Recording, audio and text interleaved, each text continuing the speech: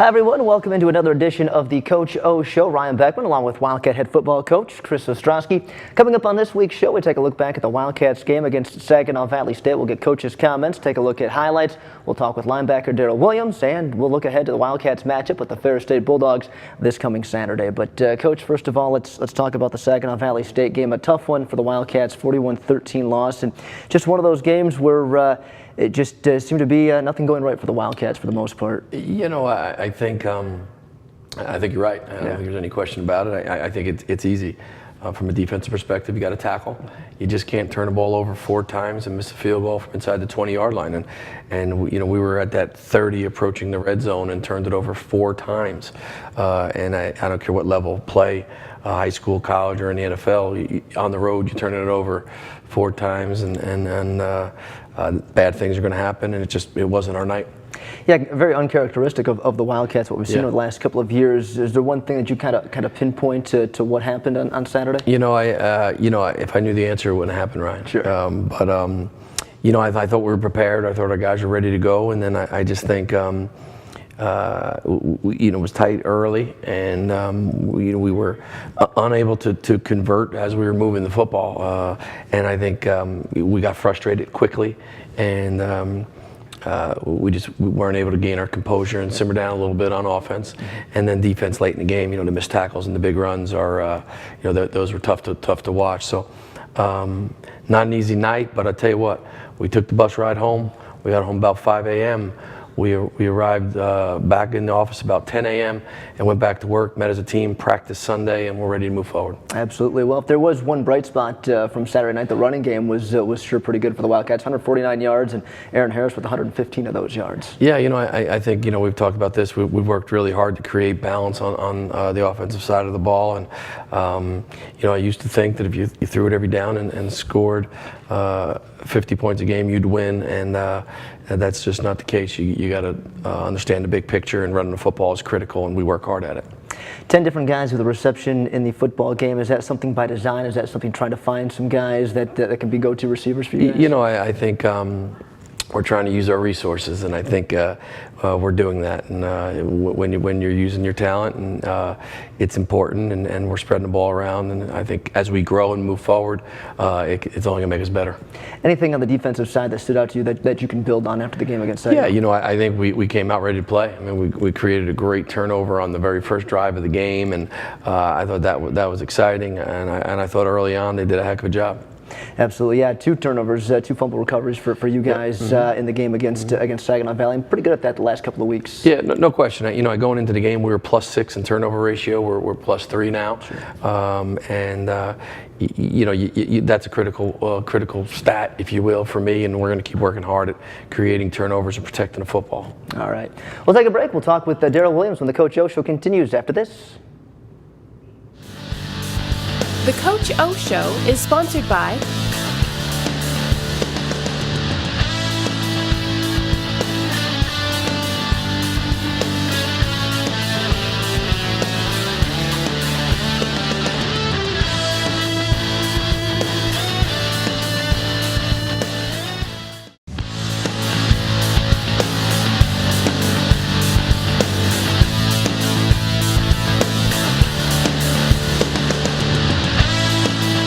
Welcome back to the Coach O Show. Our guest this week is linebacker for the Wildcats, Daryl Williams. And Daryl, nice to have you here on the program. Thanks for having me. Let's start, first of all, let's talk about the Saginaw Valley State game. I know a rough night for you guys. And what did you see? What was your takeaway from the game against Saginaw Valley? We started strong, hit some adversity, and then we kind of crumbled.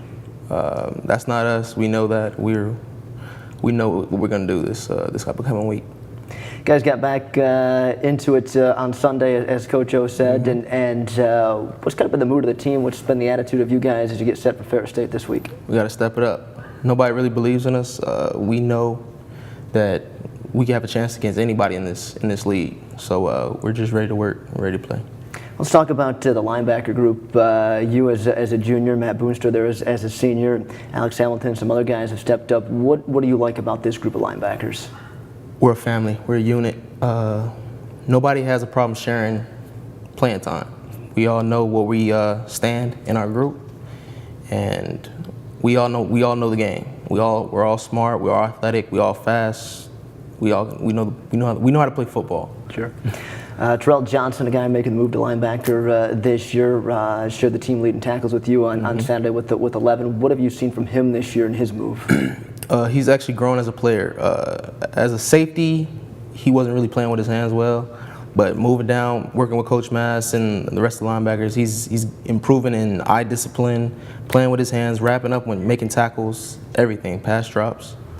How about for you? Where have you improved this season here in your junior year? I feel like I improved with my eye discipline and going more downhill than sideways. Basically, just running to the ball a lot more too. When you look back in your previous 2 years here, what's something you wish you would have known coming in to play college football? I wish I would have known. Basically how to see the O-line and basically see the whole field at one time. I'm actually grown as a player to not have tunnel vision and just see one thing. I'm seeing more of the whole side of the ball nowadays.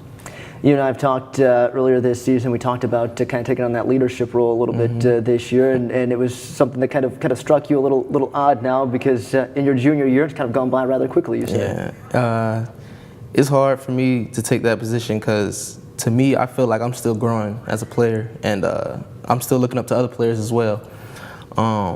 But for people to ask me questions and for me to handle that, it's helped me grow even more. From Florida, how did you find your way up here to Northern Michigan? What sold you on this program and this city all the way up here? Coach O came down, came to visit me, told me I should come up for a visit. Came up on a visit. I liked the coaches. The coaches were trustworthy. I knew a player here, Chris Washington. He was a good friend of mine, and he sold me on the school as well. It's a very good place to be, a good environment, loving, trustworthy. It's a good place to be. All right. Well, very quickly, what's the big thing for the Wildcats this week? Hard work. Sounds good. Daryl, we appreciate it, and best of luck this week. Thank you. You bet. Daryl Williams joined us here on the Coach O Show. We'll take a break. When we come back, we'll look at the highlights from the Wildcats game against Saginaw Valley State. Stick with us. The Coach O Show is sponsored by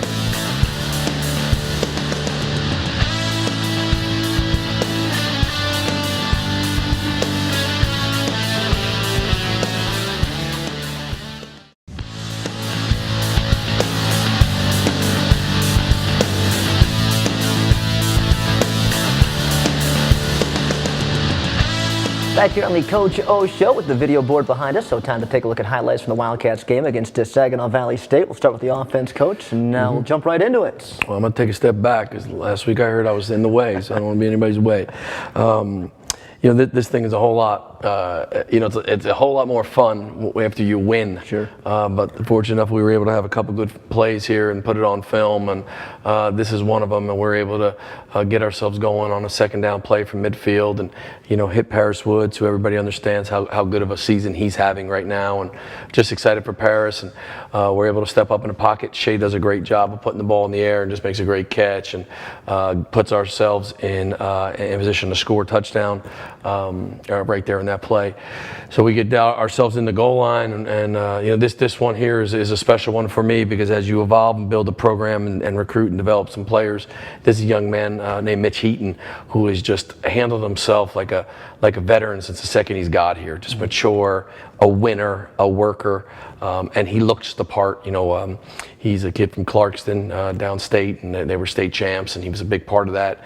And he's a kid that we haven't gotten a whole lot of those kind of body types. He's 6'6", he's 240. He's going to be 255, 260, and just goes up, and that's a great play there and back of the end zone. And just proud of Mitch. Great family. We're excited to continue to grow with him, and that was a big touchdown for him. His first of his college career. As we look from the back view, we talk about all the time, just a teaching perspective for the offensive line. Get ourselves going, and good play action pass there, and a little bit in back of the end zone. Just not reinventing the wheel, just trying to put the ball up in the air for a big tall kid. As we roll up here, we'll always show 3 on offense and 3 on defense. Sure. And again, the importance of running the football. It's no mistake that we're a spread offense, and we're going to try to do those things. It doesn't make a difference if you're in the eye, you're a wishbone team, you're a veer team. You got to run the football.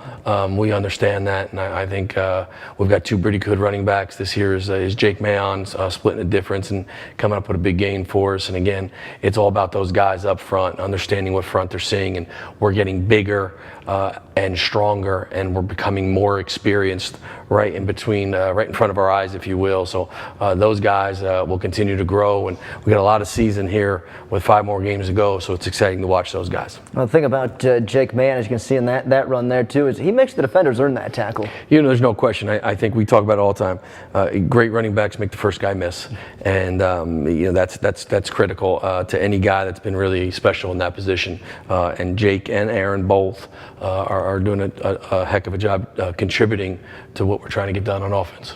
Going back to the Paris Woods play, that 52-yard reception, a number of long passes this year for you guys, and a lot of that set up by the offensive line to hold their blocks and buy Shea some time. Yeah, offense, football in general is why it's the greatest sport in the world. It's a cohesive deal where, if one kid makes a great play for a touchdown, chances are 10 other guys really worked really hard to have that happen for him. So it's all about the whole deal. It's the route, it's Shea Brown processing, it's the offensive line protecting, and obviously Paris was finishing the deal. So there's no doubt about it. I agree with you. Absolutely.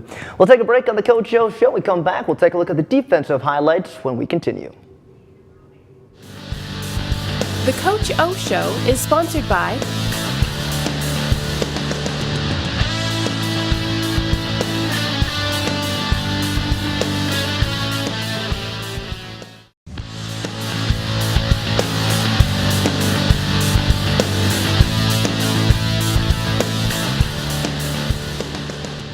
Back here on the Coach O Show, as we continue taking a look at highlights from the Wildcats game against Saginaw Valley State, turning our attention now to the defensive side of things, creating some turnovers on Saturday, 2 of them for the Wildcats. Yeah, no question. I think overall, from a defensive perspective, we played good enough to win the game for 3 quarters. And I think we got to be on the same page on all 3 phases. But for certain, we're in this game late into it. It's 13-7, and it finished the half. We turn the ball over. We get the ball in the 3rd quarter. We drive the field, turn the ball over again. At that point, you come up with points, and you're winning the ball game. So I thought our defense did enough, certainly, to put us in position to win there for a while in the game. We're going here, and Saginaw's trying to get after it with the pass, and Jalen there does a great job getting pressure off the edge, and then Austin McCarthy does a heck of a job recovering the fumble. That's a huge turnover for us. Those are things that are so important. If you can get pressure on the quarterback with just bringing 4, you're probably a good football team with a good chance to put yourself in position to win. So that was a good series for us for sure as we get a big stop. Moving along here, again, it's about running the football. We just talked about how important it is. Well, it all comes in unison when you talk about football, and it doesn't matter what program you're involved with. If you can run the ball and stop the run, you usually put yourself in position to win the game. And we're crowding the box a little bit. We do a great job and create another big turnover. For me, that's great field position and the way we go. So again, running to the football, doing the things that good football teams do, and then creating turnovers, and then make sure you capitalize and get the football. And Jake Bromwitz recovers that one there. So that was a big turn for us as well with the turnover. Now we get a 2nd and long deal, and they're running the football. And again, when you talk about 7, 8, 9 guys, green hats to the ball, it's a great deal to see. And just again, young guys flying around, making plays, playing with a little physicality. Good job there on this play for sure. Absolutely, and Jared Vuxed in on that for you guys. And, yep. And let's go back and talk about that 2nd fumble recovery and Terrell Johnson in on that, making the initial hit. And right. we talked with him talked to Darrell Williams about him here just a little bit ago, and making that move to linebacker. Terrell is similar to Darrell in this way, where we're recruiting guys from great football programs. So Darrell Williams played at St. Thomas Aquinas, which is historically one of the top high school football programs in the nation. And Terrell Johnson comes from Montini High School in Chicago, who historically is one of the great football programs in the state of Illinois. So they know how to win, they know how to sacrifice, they know how to work, and those are the kind of guys, I think, from a philosophy standpoint, when you recruit safeties and they go play linebacker, you're probably going to have a kid that's got a little bit of athleticism to him. He's a young player, he'll continue to grow, but Terrell's a great kid, great family, and is doing a good job for us moving from that back end to the second level. Real quickly, how about Jacob Bromowitz, a guy that's seen some more action this year? Yeah, real quickly, another Illinois kid, just a longer type body frame, and honestly, his development has become a little bit quicker than we thought, and he's an athletic young man, and we'll continue to watch him grow. All right, well, we'll take a break here on the Coach O Show. We'll look ahead to the Ferris State game when we continue after this. The Coach O Show is sponsored by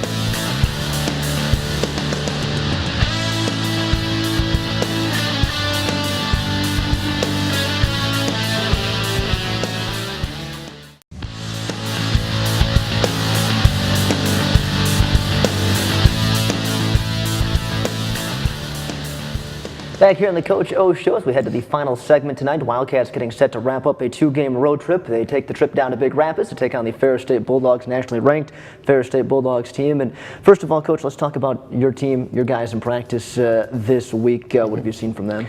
Yeah, like I said, they're, players are resilient, and they did a heck of a job today in understanding it's really our first day of preparation, and they've done a great job of understanding the task that's at hand, and they're flying around and anxious to get back on the field. Sure. How about Ferris State now, a team coming off a loss to Grand Valley State, but still nationally ranked, and let's talk about them offensively, led by their quarterback, Reggie Bell. Yeah, I mean, from a team perspective, you're talking about a team that's won a lot of games, certainly since I've been here, a boatload of games. And it's a very athletic, physical bunch, and they know how to win, and we expect them to be flying and being physical in the things that they do in regards to their philosophy, and it's a good football team. We're going to have to be really good to compete. They do a lot of different things offensively, a lot of different guys get involved. How does that go from scheming and getting ready for those games? I think from a schematic standpoint, there hasn't been much of a difference between this year and last year, or the year before that, from both sides of the ball. And again, the quarterback is a special player, and obviously the young man that left last year was as good as it comes. I mean, he's a college football Hall of Famer, right? One day he'll be a 2-time Harlan Hill winner, and this young man that they have replaced Justin with, Reggie Bell, he's just a heck of a football player, and he's a gifted kid, and a little different, but certainly as dynamic. So that's saying a lot, and we're going to have to wrap up, keep our heads up, tackle them. Sure. On the defensive side for Ferris State, 12 interceptions already for them, 18 sacks. So what do you see from them defensively? Yeah, I mean, their front is good, big, physical, and fast, and they're very, very talented from a defense perspective up front. For you guys, what's going to be the keys for you guys to get back in the win column this week? Yeah, no, the blueprint for us is about us. It doesn't matter who we're playing. You protect the football, score in the red zone, stop the run, and your chances of winning increase 100 times. We talk about this a little bit as a staff.